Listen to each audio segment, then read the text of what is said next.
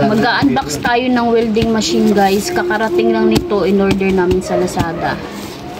Kasi magagamit din to eh, pag may ipapa-welding ka.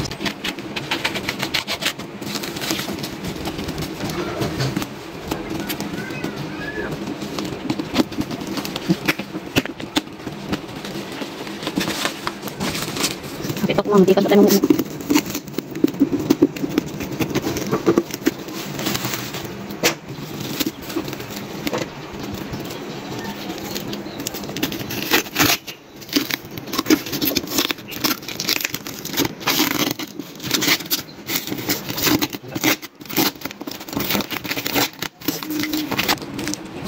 grabe yung pagkakabulak.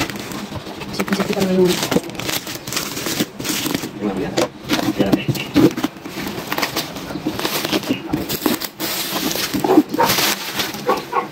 Gagawin ko lang nito, i-unbox ko lang to. Tapos pagkatapos ng video na to, si tata yung mag-testing kung maganda ba siya.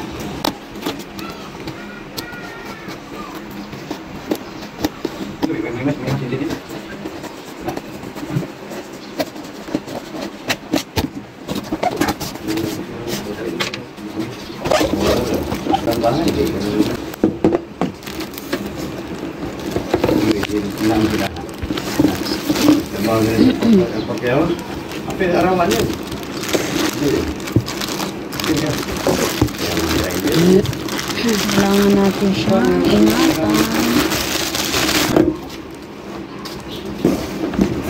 Ito yun. Ano ba ito? Kasi tayo marunong nito kaya tanggalin na natin siya sa kanyang box. So, ito yun siya guys.